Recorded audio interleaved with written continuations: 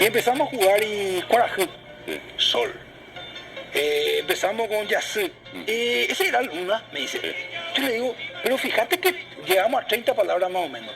Y ella se quedó sorprendidísima porque esas palabras estaban en su subconsciente. Eso le pasa a muchos paraguayos. A todos, a todos. En un ambiente bilingüe como el nuestro, es imposible no tener algo de guaraní, algo de castellano en nuestra conciencia. Más que en la subconsciencia, está instalado eso en la conciencia, está en lo cotidiano.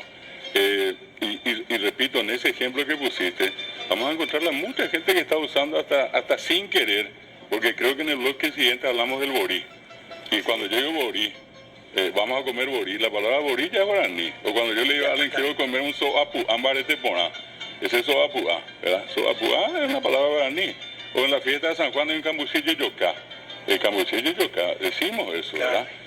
Todas esas expresiones, más los nombres que comúnmente están en los famosos pojañaná, pojaronzá que usamos, todo el mundo consume. Decimos tereré y es guaraní, decimos chipá y es guaraní.